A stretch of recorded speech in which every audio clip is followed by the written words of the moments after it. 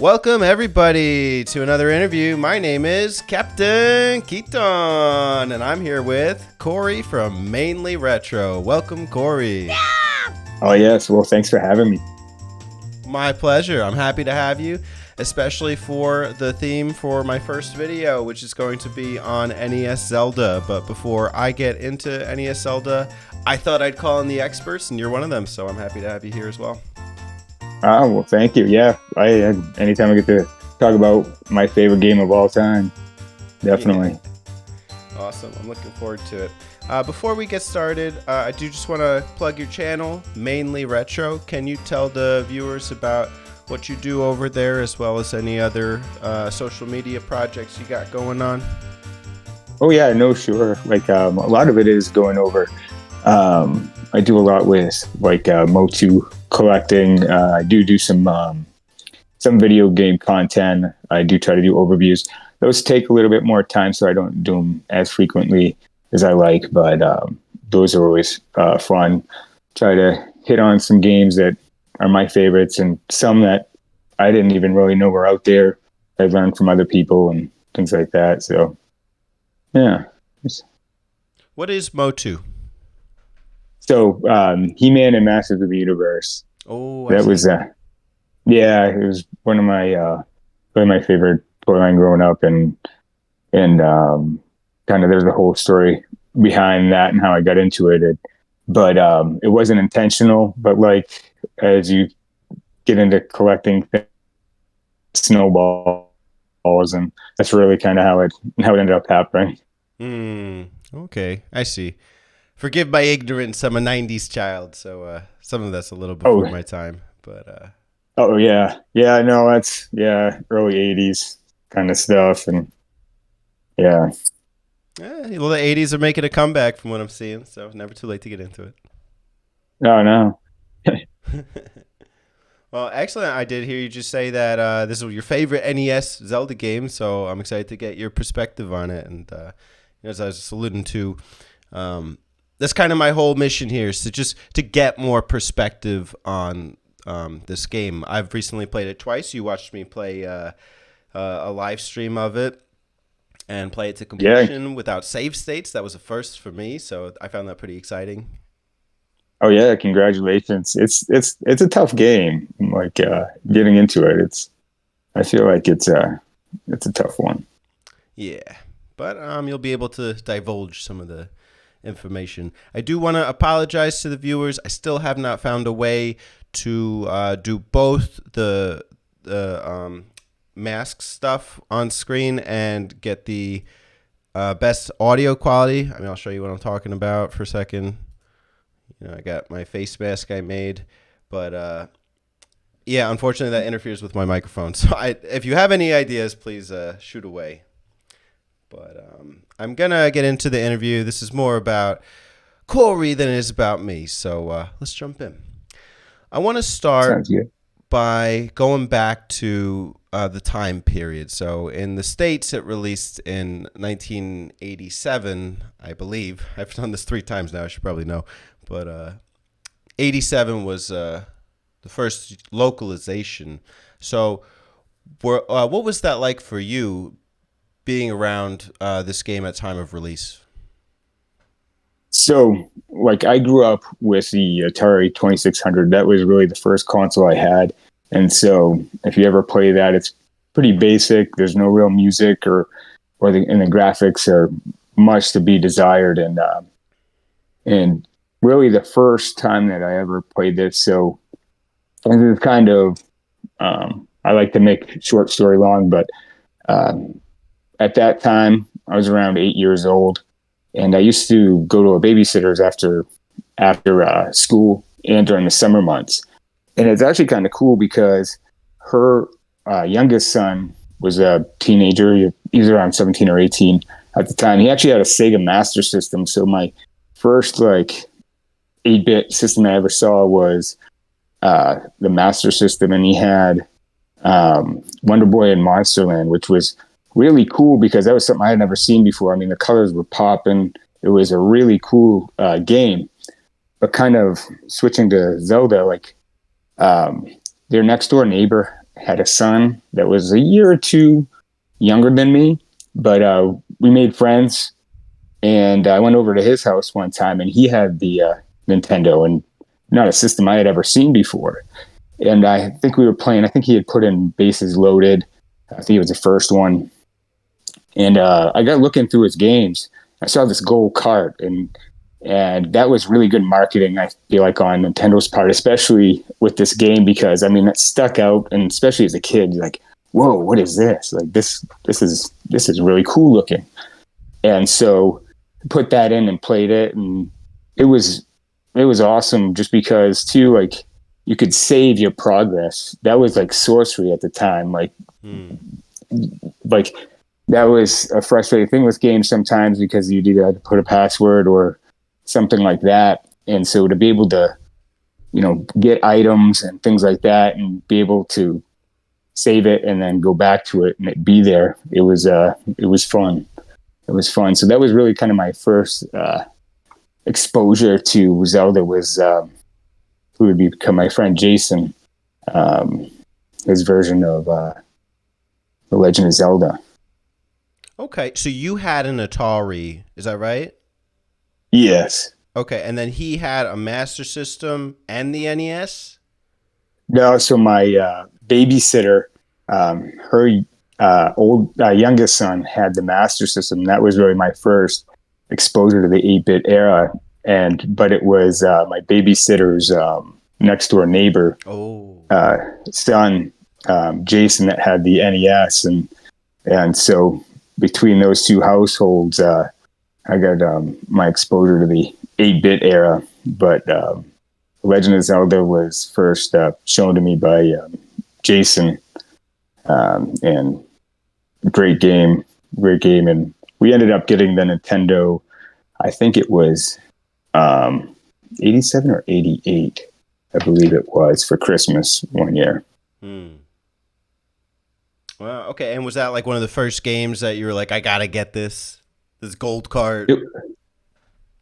Actually, it was. So my birthday is in February, so we ended up getting the Nintendo Entertainment System for Christmas, and then so my birthday, like that's what I wanted to spend my money on, and my parents helped me out to be able to purchase it, and that was another like kind of cool thing, was actually going to Toys R Us, and when you'd go there, like there'd be this wall that was plastered with like these little kind of like cut out things of the game, and you could flip them over and see what the game was like. And but then you would take, and underneath it was a slip of paper which had the barcode on it. So you'd take that little slip of paper, you go to the register, you pay for it, and then there was this like little building past the cash registers, and you'd pick up your game. It was like an experience, really, just with growing up with physical media. That was always a cool experience to go to Toys R Us, because it didn't happen very often. So to be able to do that and then have that game, it was definitely an experience, and that's probably one reason why it's one of my favorite games of all time. It's just a memory and experience with it. Yeah, you just got to spend birthday money on that, so you worked for that one. Yeah. No, that's awesome though. So, at the time, I guess like what was this the most comparable to? Like you said, you saw your friend play. I think it was Wonder Boy on the Master System. Yeah. Would you find, yeah, like, exactly. How did they compare? So, I always that Monster Boy and Wonderland. One reason why I mentioned that game is because it had that kind of a similar aesthetic in certain ways. I mean, it's different. I mean, Wonder Boy is more of a platformer, but that being able to get items, you go into the shop, you buy items for upgrades and things like that, and you fight bosses and things like that. I don't know. I feel like Wonder Boy Monsterland like made an impression on me, and then it just like was further just blown up by The Legend of Zelda. Mm-hmm. Yeah. So and that one's a side scroller. Is that right? Yeah. Yep. Okay. Okay. So had you seen anything like this, like a overhead action adventure game? No, no, that was the first time. Wow. Okay. So what was your experience like playing Zelda? Were you like impacted at all? Like I mean, we can go into the mechanical side, which is like, how was it combat wise in terms of the dungeons and the difficulty? I think maybe we should start there. So, like, did you beat this game back then? Was it too difficult? What was your experience? Definitely the dungeons was really cool. It was kind of cool to like go into this different area, and and it was different from the other part of the game. Um, I I didn't beat it until I actually bought the game, but I just remember it being difficult for me because I never really at that time never got like all the hearts and things like that, and so the number count to how many games I played, I remember being pretty high. So it definitely took me some time, um, but yeah, it was tough until I did meet a certain person like within my neighborhood who kind of helped me out with that. Hmm. Yeah, I know the game can be so demanding, especially with like the heart piece requirements for the the magic sword. You need like Yes. you need like every heart container from a dungeon up to that point, and I think like 8 from the overworld, and they're pretty well hidden. But I don't think you need the magic sword. So it was it like the dungeons were like too cryptic, or like finding them, or was it like that they were too challenging? It was like finding the items like the heart containers in the overworld, where you're sitting there, and of course you don't get the red candle until later on in the game. So there you are, like going back and forth off the screen, trying to burn every single tree, or Yeah. like you bomb every rock until you run out, and then you have to go find some more, or buy some, or find some more rupees and things like that. So definitely becomes time consuming, or just like I'm just gonna move on and let's see how far I can go, kind of a Mm. thing. Mm. And you learn too, like when you run into an area where you're kind of overwhelmed, or your character's not strong enough, and it's like, oops, because I So don't think I, no, go ahead.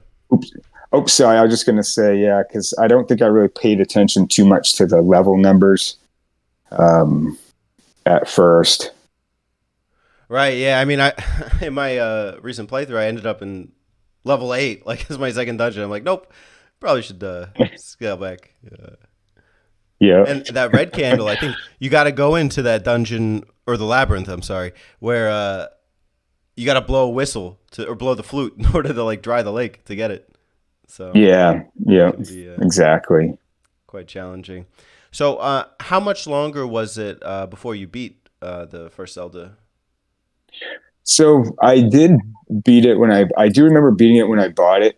However, I remember because there's this one kid, Brandon, who moved into the neighborhood, and like he was, I don't know if he had Nintendo Power, if he was just some kind of Zelda, uh, um, like I don't know, but like basically showed me what I was missing, and he showed me kind of a way to play the game. I was like, oh, this is easier. So it didn't take me as many playthroughs. At least the first quest, he showed me um, uh, some items that again, yeah, like the heart containers I was missing, and how to go about the game, and which really helped. It made it a lot easier for sure. Yeah, I think the word of mouth thing is like powerful from back then, and I think it does kind of meet the designer's, idea of what they wanted you to go for. Like they didn't want to spell it out for you. So I find that really cool that like it was like kind of this community single player experience in a way. I don't really know many other games that are like that. Yeah, yeah, and that's the thing too. Like, right when you grow up, you meet like pockets of people that are good at certain games. Like, there are some people I talk to about like RPG games, and then like my cousin was like a master at like Mega Man games for whatever reason. Like, if a Mega Man game came out, he was going to be the first to beat it, and Hmm. so and yeah, unless you bought like Nintendo Power, which I never did. A lot of times you just talk because it does seem weird now to live in a time where there was no internet. But yeah, a lot of times you just yeah talk to friends about certain games if they had them. Well, speaking of your friends, let's talk about the community and sort of the experience. So, at that time, how did other people's thoughts and feelings about the first Zelda compare to yours? I know especially with Brandon, like I would say probably the most connection with that game because even like Jason, I'm not even really sure if he actually even really beat the game. Um, and so there were only really a few friends that I would talk to about the game and that we would kind of share notes and stuff like that with. Um, so those who like it, love it.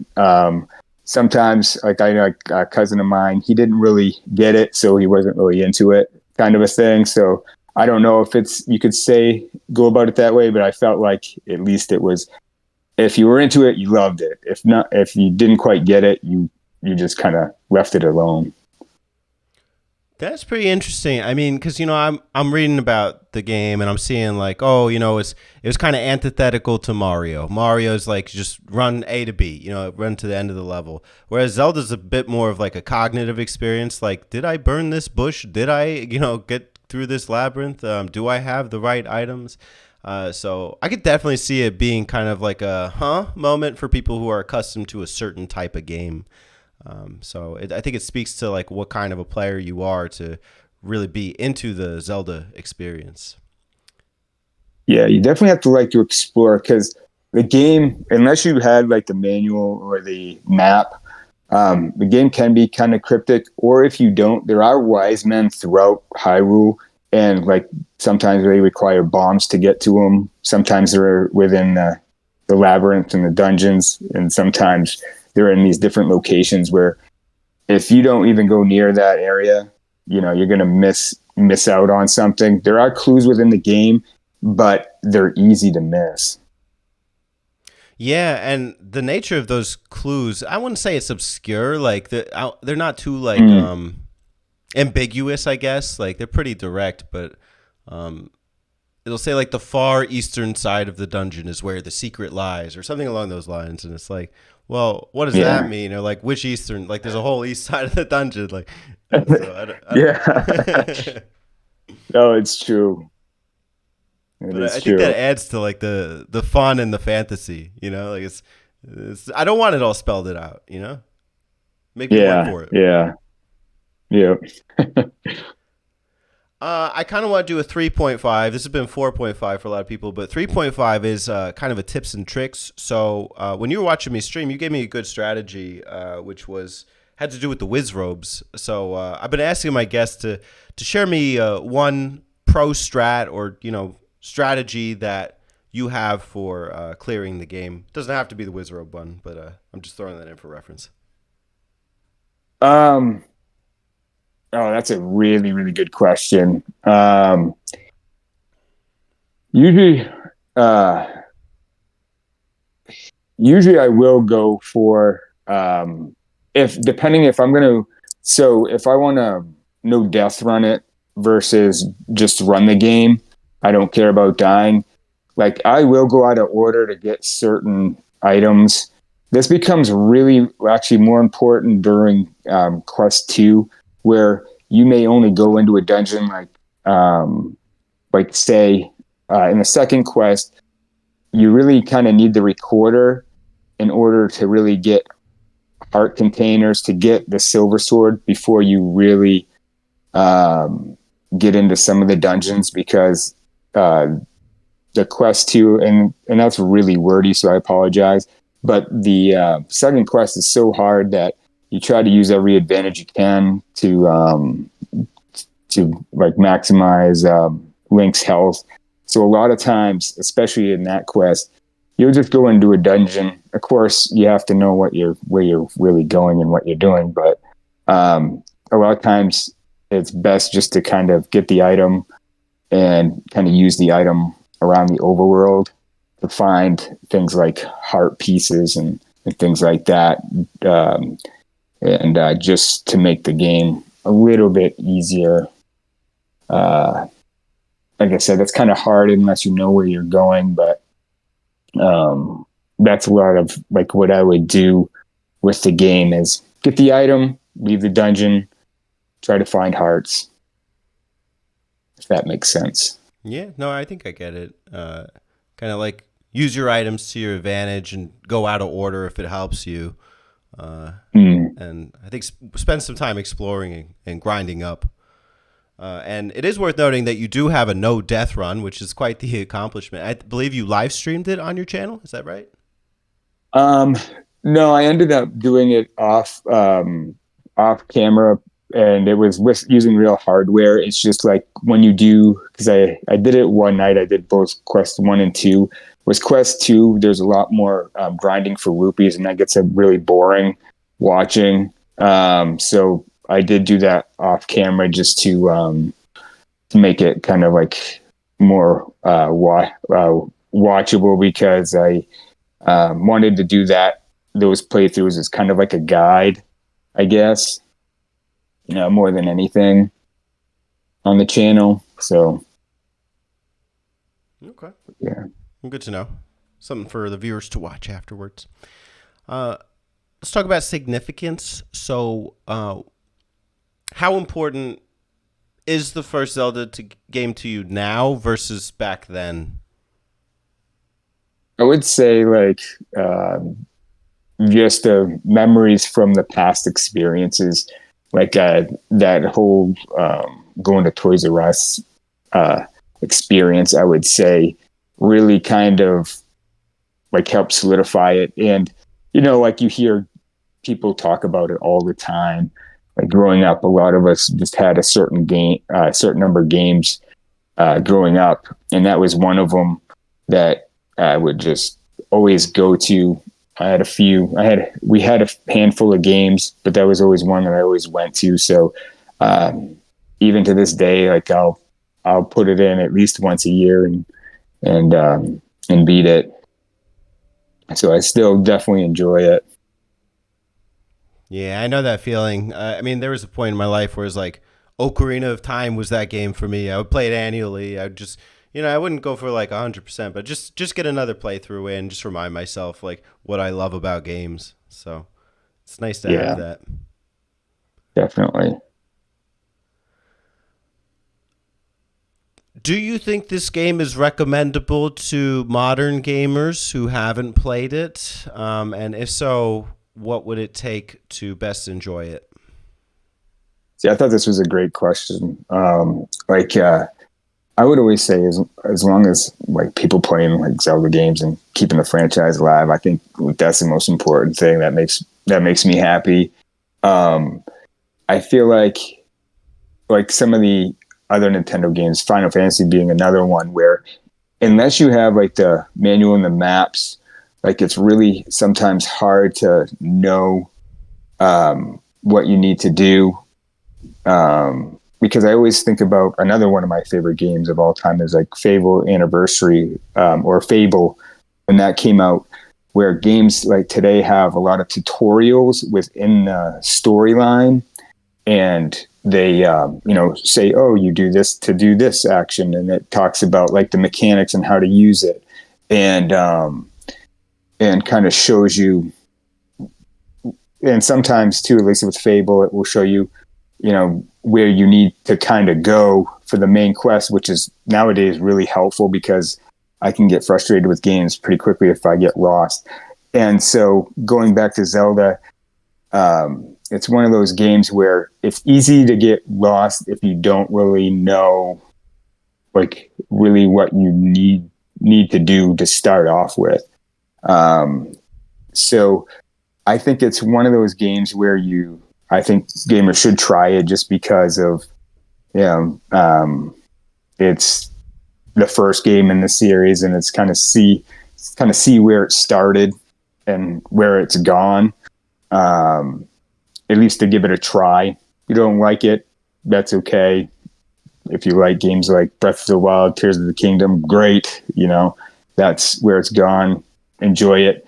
But I think it's one worth trying at least.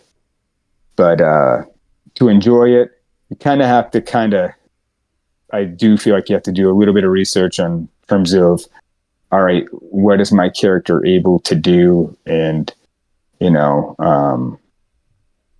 needing a little bit of direction, whether that's reading the manual online or looking a little information up. Yeah, and I think that's like kind of my premise for this too. It's like the original vision was that a community of people will be playing this thing, and you would have to go outside the game to communicate, to understand all of the like where to go, and I think to be able to play it through. I'm sure there were some Zelda geniuses like your neighbor out there, your babysitter's neighbor. But nowadays, like that luxury, like it's not that it's gone. It just looks different. Like I would have to go online to play it, or like I bought a guide. I bought a physical one, and I looked at it when I needed to. But I almost even feel kind of bad about that. Like I feel like part of that getting lost is the experience. You Yeah. know? Well, that's the hard balance though, right? Because like, you only have, I mean, especially too, like with full-time jobs and being busy and stuff like that, it's really hard to kind of like dive into something because it would take a while. Like I mentioned, like, especially early on, going off screen, going back on, burning a tree, going back off screen, going back on, burn another tree, kind of that kind of thing. Like, I guess a hint would be is you make sure when you burn a tree, you go in between two.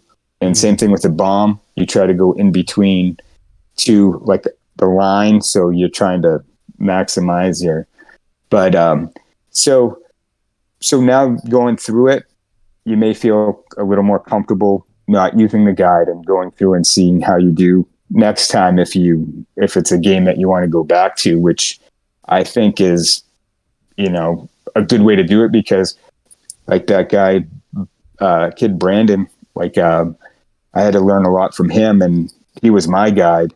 And then after that, my my ability to play that game shot right up. So I don't think it's anything bad because like if you want to go back and play it, it's like, yeah, let's see how I can do without using the guide. And that's fine.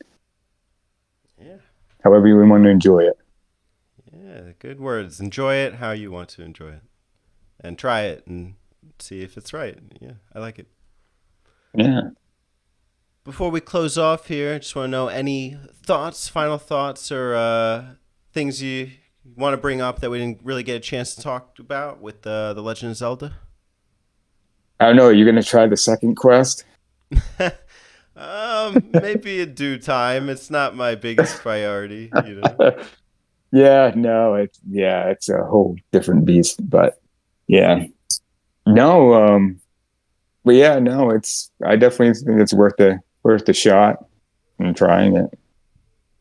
Oh, that's a good idea. When I've gone through the next 19 Zelda games, then I think I'll make some time for it. I know I still have to beat Skyward Sword. I still haven't beaten that one or Breath of the Wild. At least two of us. But I Yeah. did play through Skyward Sword on the Wii when it was kind of like I don't know. It was like